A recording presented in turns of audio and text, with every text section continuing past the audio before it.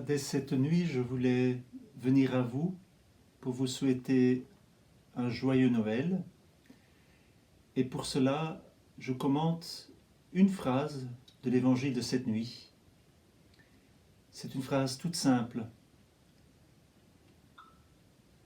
Or, pendant qu'ils étaient là, le temps où elle devait enfanter fut accompli, et elle mit au monde un fils, son fils premier-né.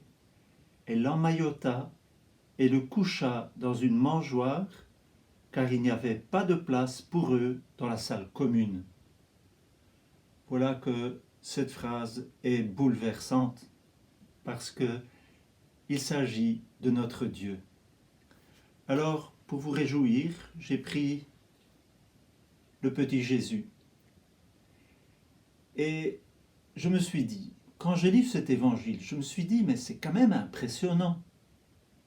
Dès que maman Marie a enfanté Jésus, elle l'a emmailloté et mis dans une mangeoire. Alors, j'ai posé la question à une maman.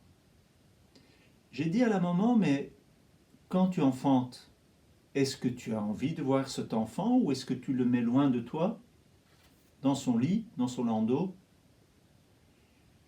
Et la maman m'a dit, mais en fait, c'est vrai, l'accouchement est un gros travail, mais quand l'enfant est né, on oublie tout, et on l'accueille et on le prend sur son cœur.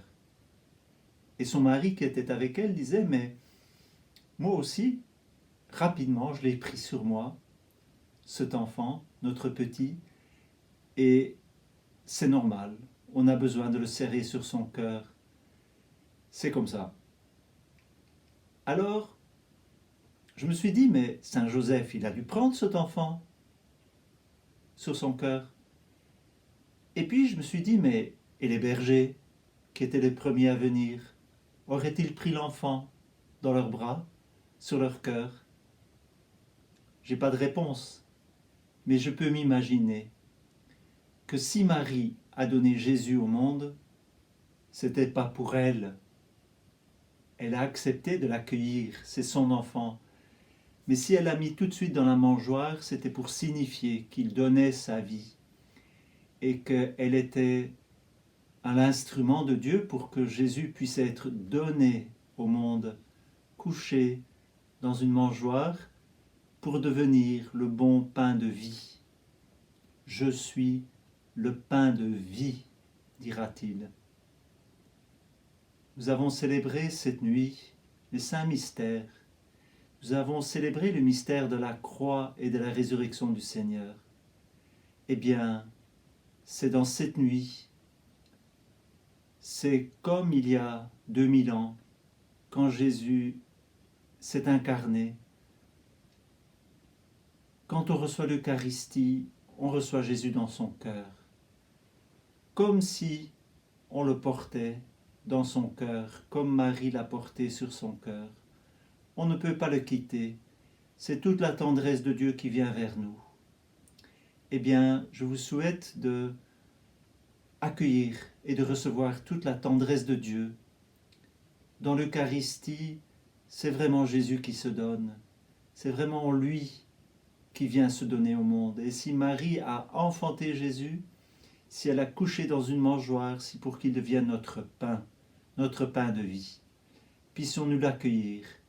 Et chaque fois que nous l'accueillons dans l'Eucharistie, puissions-nous savoir que c'est lui qui vient réjouir notre cœur, réchauffer notre cœur. Et puis je me dis aussi que si notre cœur est prêt à l'accueillir, Jésus aura un lieu où reposer sa tête. Un jour il avait dit, le Fils de l'homme n'a pas de lieu où reposer sa tête. Eh bien que notre cœur soit un lieu qui puisse réjouir Jésus, qui puisse réjouir notre Père, qui puisse réjouir notre Mère Marie, et que Jésus soit là, notre gloire, notre vie, et que avec lui nous puissions vivre tout, différemment, et plus que jamais. Alors, bonne fête de Noël, et à demain.